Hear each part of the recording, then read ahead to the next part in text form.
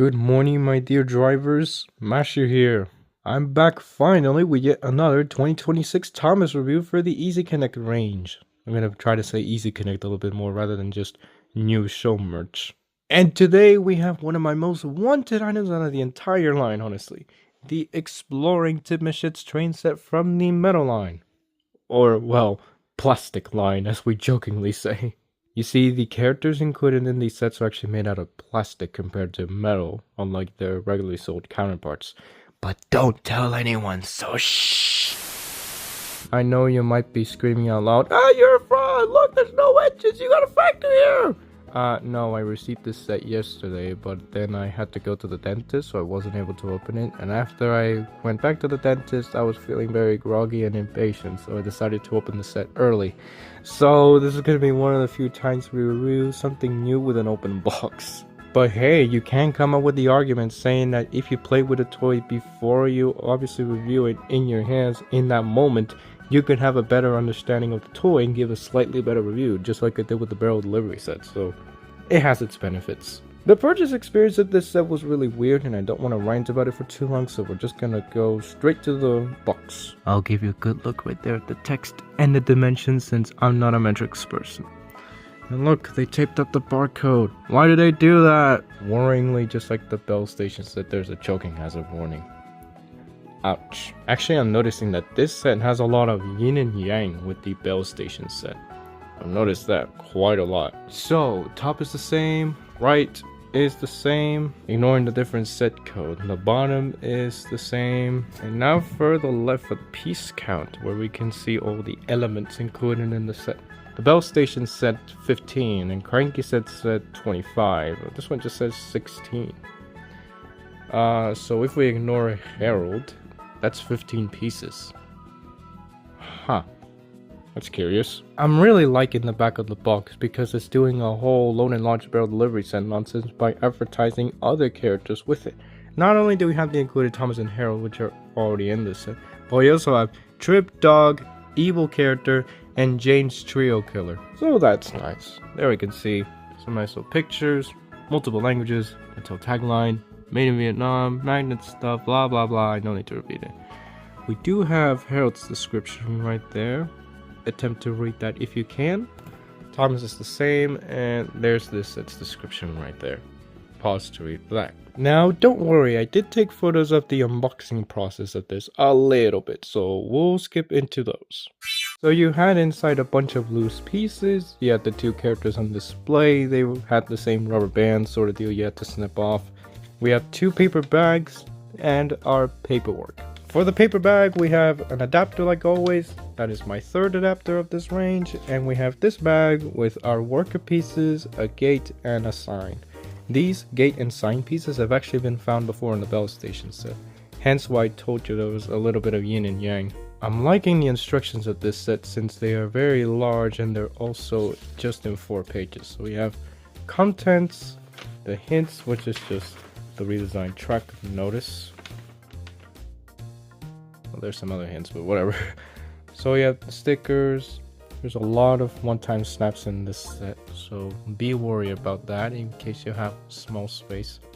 There's the track layout, and there's telling you how to play. I will get into that later. It's really funny looking at step 3 here because there's just a bunch of similar looking images. It's kind of funny. That's about it. 9 steps to play. I actually really like the sticker sheet in this set. It was probably one of the only sets where I don't actually mind putting on the stickers, since there's a lot of really nice details on it. Here's the set fully built up, and as you can see, it doesn't make the biggest layout, but it definitely makes a unique shape. It's sort of like a dog bone or a figure 8, but it doesn't really keep the shape. It's just this middle part sort of reminds me of it, but then you have some weird straights, so yeah. But before we get into playing, we gotta look at our characters. First one up, we have Thomas. Now, I'm not gonna spend too much time on him considering the fact that he is exactly the same model as the one in the Bell Station set. How can I tell?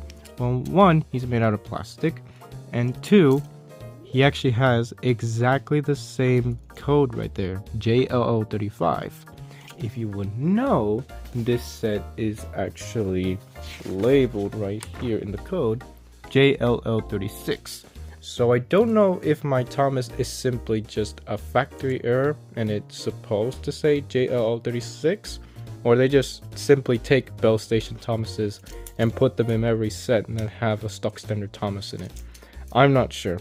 If someone else has another Tidmouth set, look under your Thomas right there, and if it says JLL36, then I got a factory error. But it doesn't matter because we just see a stock standard Thomas right there. So in terms of details, he won't be any different. It's just probably the number right there, which might be different, but I need confirmation first. By the way, if anyone was worried, look at that. My Thomas is not a factory error. He's fine. And now we have pretty much the elephant in the room. We have Harold. Now, obviously, a lot of the road vehicles and sort of non-rail characters, they've gotten a lot of major redesigns out of nowhere, and it seems like they're really focusing on non-rail vehicles because of all the parking spaces that the sets have. Now, honestly, I'm gonna go with a bit of big words here. I don't mind Harold's redesign, and I actually do like it because frankly, I didn't like how Harold was seen in CGI. Rather than just making a Harold into CGI, they sort of just put classic Harold into CGI. They didn't do anything with him. And his older face of like the simple dots only really worked in the classic model series in my opinion, and not in CGI. Always when I looked Harold in CGI, he always looked creepy. It was like one of the only characters in CGI that I found creepy looking. But this time, Harold looks like an actual proper safety helicopter. I like the color contrast on him, and the face mesh is nice, and I like how they give him a little bit of attitude. Interesting enough, he actually has blue eyes, not exactly color coded. Maybe if they were red it could have been better, but again, just a little bit of a color contrast. So I don't mind this new Harold. I like his design. In terms of the model, we have just two blades here spinning, but we do have these back ones as well. Both of those have the little metal bit. And we also have metal for the two Phillips screws. Yes, we can open him up if we want. And look at that, it actually has JLL36 in it, so this Thomas is most definitely a factory error. But anyway, we have the train ticket, JLL36. And yeah, it's very nice. The one complaint that I have with him, and it's a major complaint, is the weight. Honestly, this thing is lighter weight than probably any other model that I have. I don't know if minis are lighter weight. I don't exactly remember. I have a lot of older minis that have like the metal bit inside, so they're probably a little bit hefty, but this thing legit weighs like nothing. It's almost negative weight. This thing at least felt like a little bit of weight because I opened him up in a later video, in a follow-up video, and he had some metal things inside, and also he has magnets and all. Had a reason to be a little bit more weighty than the others. This one, on the other hand, is just ridiculously light. It's super weird. Honestly, this is going to be one of the few characters which I'm actually going to re-buy the metal version of. The metal version is just going to shine way better, and this one is just going to be super light. But the metal one is definitely going to have way better weight, so definitely going to have to re-buy him. Alrighty then, let's play. So for the time being, let's just put Harold right there on his own helipad. Yes, it's right next to Tidmouth. And we will put Thomas right after the turntable in that direction. And we will showcase it from there. Moving through this curve, we have this crossing. I like this crossing. I find it weird that it's a curve, but whatever. We have the same gate or boom gate system that we saw in the Bell Station set with the same click. Right there. And we also have the same sign that it came with that set, although it has a different sticker in it. The other set, I forgot to mention, it had a Sir Topham Hatt looking sticker, but this one, as you can see, has a little metal collection Thomas right there. Right there, showcasing it. So, have it up, have something pass, put it down, engine goes by. I obviously do know that the new merch is gonna come out with stuff like a Birdie, a Flynn Jr., maybe more in the future, but I don't have any of them, so I have a Winston here to suffice. So if it's up, you can pass right by. Sort of a tight squeeze, but has just a little bit of wiggle room right there. Pass on over, and oh, look at that, we have a drawbridge. I really like the design of the drawbridge. We have a Tidmouth sign on both sides, and they're both little stickers, and we have this little lever right here, and we can pull it up. By Thomas. We hear a little bit of a click and the bridge goes up. Really nice. So we could have another road vehicle right here. There's a lot more wiggle room on this one, and they can simply pass right on over. Put it down. Sometimes kind of gets like that. It's a little bit of a squeeze. It just sort of puts in right there. Have an engine and pass right up by. Let me just set the switch. Thomas can pass. We have an extra switch to connect to other sets. Fascinating. And if you want, you can replace this regular ramp with a adapter. If you really want to. But hey, that's your choice, not mine. I'm just gonna keep the ramp. I'm showing this on camera to show you how easy it really is to connect everything. Right there. Now we have the thing I had most hope for in Toy Fair. This windmill. We have reviewed a windmill in the past, but it was a windmill destination made for Revolution. This is a little bit different. That windmill was a lot bigger in size anyway, but this is a lot smaller. But what I like about this windmill is the color scheme. Apparently the windmill we reviewed in the past, it was based on Roots Workshop, which was like way later CGI, which I don't know anything about. Nobody wants to watch Boba. But this windmill easily reminds me of the classic series intro. It instantly harkens back to the hit era. Just super nostalgic. I love that color scheme. There's 3 little stickers right there and 2 little stickers right there, if you're curious. The basin itself is nicely molded, and you have some stairs there going to the doors, and you have 2 other little parking spaces for, say, a vehicle right there, or as the box demonstrates, an engine. I wouldn't necessarily do that, but hey, it's a toy. You don't have to take it seriously. But I have a major complaint with the windmill. It's the way you push it down. So when I opened this thing, I pushed down the button that was inside the windmill. There was a big old plastic button, and if you push it down, the windmill starts to spin, and it spins really well. I actually recorded footage of that. I'll show you that right now.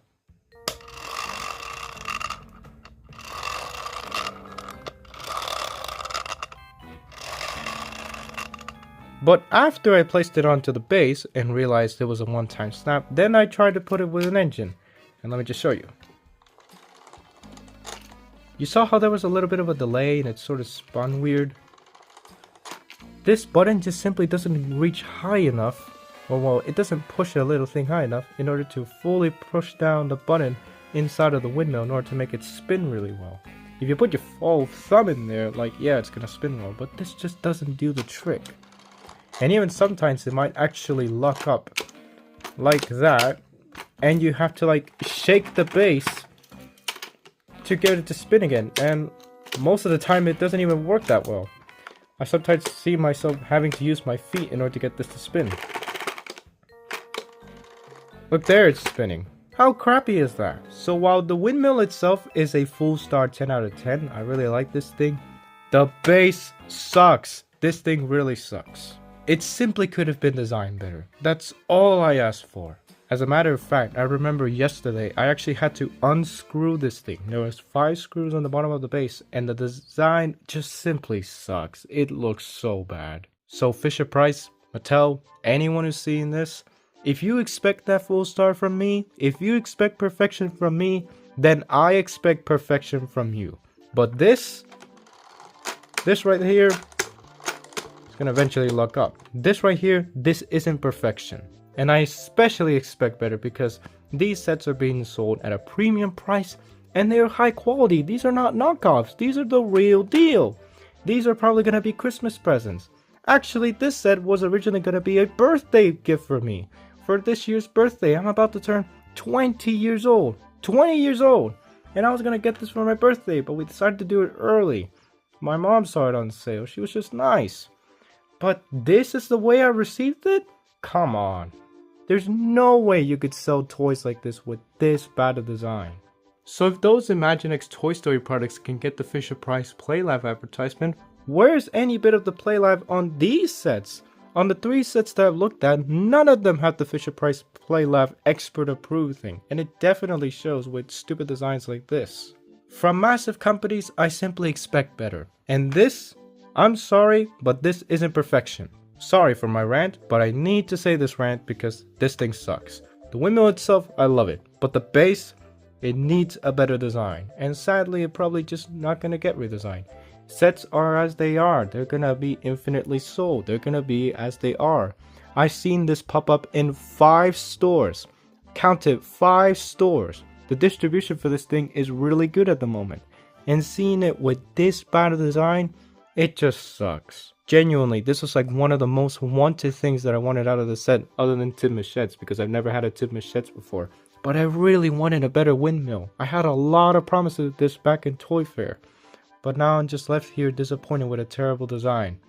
It sucks, man. Okay, now rant over. So we go by these curves right here. We say hello to Harold. And we're at the turntable. So I'm actually going to disconnect Tidmouth shit so that way we can get a better look at it. Because there's a lot of things to talk about. Thankfully, it's just a lot of positive talk this time. 1 minute later. So I took apart the set a little bit. Like, genuinely just a few components. I'm telling you this is easy to connect and disconnect, but somehow people are not understanding that. Well, whatever, we have Tidmouth sheds. Ignoring the windmill, Tidmouth sheds is probably the most wanted piece that I wanted out of this set because I've never had a Tidmouth sheds before. I've been almost 20 years watching this series. I first started watching in 2007. I was born in 2006. I've never had a Tidmouth sheds before. Sure, I had a Speedy Long Chain Thomas from Take and Play, but that thing sucked. It was just one bay during the Fact Magnet era. Ignore what I said, whatever. And finally getting a Tidmouth sheds just feels super nice. I don't care that it's just 3 bays, I'm just happy to get a Tidmouth sheds. So firstly we have this turntable, just like the barrel delivery set, but this time it's actually made for the metal engines. You know, because it was released in the metal line, you dingus. On both sides of the turntable, we have this little red knob that both of them you can spin as nice little fidget things. We have the cloud mode on, and we have an arrow as well, telling you what direction you need to spin. Maybe a white sticker could have gone on these arrows to make it a little bit easier to read, but whatever. So you have to spin it like this. You have to spin it clockwise. Like that. And what happens if you spin it counterclockwise? Well, it works the same. The sheds have this big old sign right here, which is technically inaccurate. It has a sticker on both sides, but I like it, I guess. It could be, you know, for newcomers to say, hey, this is Tidmouth sheds. On the left side of the wall, there's pretty much nothing other than visible windows. But on the right side, we have a helipad. There's how the helipad sticker would look like. And obviously you could just put Harold right there. Nice. Curiously, there's yet another parking space right there at the bottom of the helipad. So counting that, the 2 from the windmill base, the 1 from the cranky set which I forgot to mention, and the 6 from the bell station, we have a total of 10. Darn. I've turned the set around so that way we can have a better look at what's inside, and as you can see we have a very open back. It's differently designed compared to other Tidmouth sheds sets which I've seen in the past. Previous Tidmouth sheds which I've seen usually go for a show accurate design of having the complete wall even at the back, but this time it goes for an interactive approach, and I like it. I want you to take note of these stickers, especially the one on the right side, or well, the left, whatever. Because there you can see what appears to be the Duke poster from season 4. I'm pretty sure it was season 4. I've not really seen those seasons, but yeah, what a nice Easter egg. It genuinely surprised me when this set was released early and I saw that. That gave me a bit of a shock. As you can see, we have 3 different workers. They're all in their own little bases and they all have 2 stickers. We have the front and back sides. And they all spin. They don't fully spin, as you can see, they sort of stop in one place, but they're nice. You can sort of have them moving around doing a certain action. I'll give you a closer look right there. You can decipher what they are. Remember, I'm not an expert. You have that one right there, he's scrubbing around, sort of like a washdown. And that's a painting girl right there. All 3 bays are pretty much designed exactly the same. So once you set the turntable to the bay that you want, you see that you have a gray piece of straight and a big old red buffer. And what you could do is lift it up right there to let the engine out. So let's see how it goes. Look at that. How nice. All three work exactly the same. And you have an extra siding pretty much right here. Maybe you could take a road vehicle, maybe you can take an engine, and then you take this lever right there and you lift it to the back. And you can have this one right there doing a bit of fixing or cleaning, whatever, into the engine or character. Once the work is done, you can let it back, you go back. Alright, I built the set again so that way we could show a couple of other features and engines running on it. I put a couple of my 80th die cast on the shed so that way you could see how the multiple engines feature would work. And as you can see, they're all functioning pretty well right there. Obviously note that the newer metal engines, especially the tender ones, they are a lot longer than these, so this is going to be a little bit inaccurate. And I know some people might be screaming over a motorized engine running on this, so here I have motorized Thomas from my cranky set with his tomatoes. The cucumbers are on standby, and yeah, he's working pretty much fine. I did test him out yesterday just by himself, and he works pretty much fine. So no major issues right there. See him actually pass the windmill section without getting stuck with his cargo car. Just to show you in a little bit.